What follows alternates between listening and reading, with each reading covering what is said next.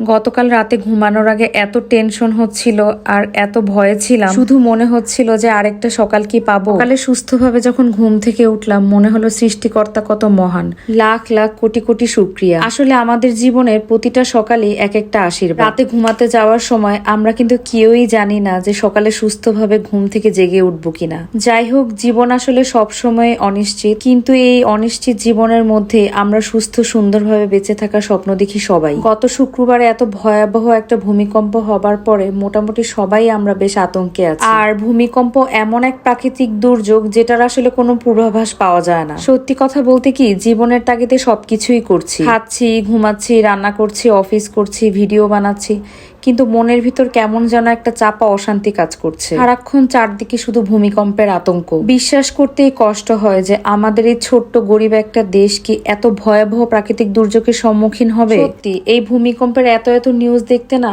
আর ভালো লাগছে না। সারাক্ষণ কেমন একটা যেন প্যানিক অ্যাটাক হচ্ছে। শুক্রবারে যে পরিমাণ প্যানিক অ্যাটাক হয়েছিল আমার, সেটাই এখনো কাটিয়ে উঠতে পারছি না। আমি জানি যে এমন মনের অবস্থা আসলে শুধু আমার একার নয়, পুরো দেশবাসীরই একই অবস্থা। বিশেষ করে যারা ঢাকায় থাকি তাদের অবস্থা আসলে অনেক শোচনীয়। যাই হোক, আজকে আমার উইকেন্ড ছিল, আর উইকেন্ড মানে আমি একটু দেরি করে ঘুম থেকে ওঠার চেষ্টা করি। যদিও উইকেন্ডে আমার সেই অফিস টাইমেই কেন যেন ঘুম ভেঙে যায়। ব্রেকফাস্টে আজকে কিছুদিন রুটি পরোটা খাচ্ছি না, মনে হলো যে একটু চেঞ্জ করা দরকার। বাসায় কিছু চিড়া ছিল, আর চিড়াটাকে ব্রেকফাস্টে বেছে নিলাম 2-3 দিন ধরে। চিড়ার সাথে দুধ, কলা, টক দই আর কিছু ড্রাই ফ্রুট মিশিয়ে নিলাম। ও আচ্ছা, একটু মধুও মিশিয়ে নিয়েছিলাম। মাঝে মাঝে আমি সবুজ আপেল আর সিদ্ধ ডিম সাথে একটা কলাও রাখি। আসলে খাবার যাই খাই না কেন, মূল কথা হচ্ছে ডিটক্স করতে হবে, ক্যালোরি বার্ন করতে হবে। খাবার কন্ট্রোল করে শুধুমাত্র স্বাস্থ্য রক্ষা করা সম্ভব না, স্বাস্থ্য রক্ষা করার জন্য চাই হাঁটা বা ব্যায়াম। আর সেটা করতে আমাদের মোস্ট অফ দ্য পিপলের অনেক আলসামি, আমি নিজেও তার মধ্যে একজন। ছুটির দিনটাতে আসলে আমার বাসার কাজ আর রান্না করতে করতেই দিনটা শেষ হয়ে যায়। আর আপনার বাসায় যত হেল্পিং হ্যান্ডই থাকুক না কেন, নিজে আসলে নিজের বাসাটাকে যেভাবে সুন্দরভাবে মেনটেন করা যায়, অন্যের হাতে কিন্তু সেটা কখনোই হবে না। আমার পার্সোনাল জিনিসগুলো গোছানো, বাসা ডিপ ক্লিন করা, এই কাজগুলো ছুটির দিনে আমি নিজেই চেষ্টা করি করতে। আর বাকি থাকলো রান্নার কথা। রান্নার কথা আর কি বলবো, একটা সময় রান্না করতে আমি ভীষণ ভালোবাসতাম, কিন্তু রান্নাটা যখন একদম দায়িত্বের মধ্যে পড়ে যায় তখন কিন্তু আর রান্না করতে বেশি ভালো লাগে না। স্পেশালি প্রতিদিনের একটা বড় চিন্তা হচ্ছে কি রান্না করব, কি খাবো।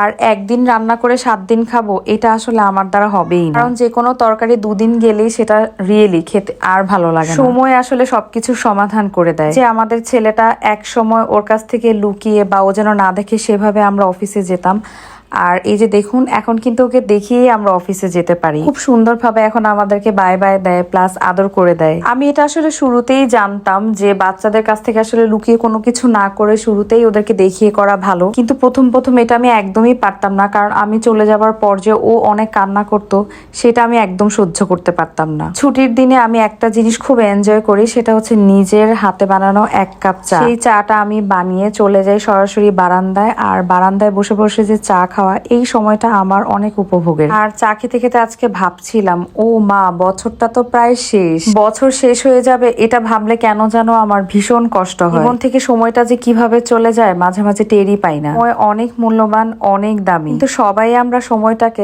একদম হেলায় ফেলায় নষ্ট করি। তো মনে হয় যেন সেই দিনই 2020 আসলো, অথচ দেখেন কিছুদিন পরে শেষ হয়ে যাবে 2025। আজকে অনিন্দের জন্য একটা সেরা দিন ছিল, কারণ অনিন্দের মাম্মা আজকে সারাদিন অনিন্দের সাথে ছিল। সো আজকের ভিডিওটা এখানেই শেষ। সবাই ভালো থাকবেন, সুস্থ থাকবেন, দেখা হবে আবার নতুন ভিডিও।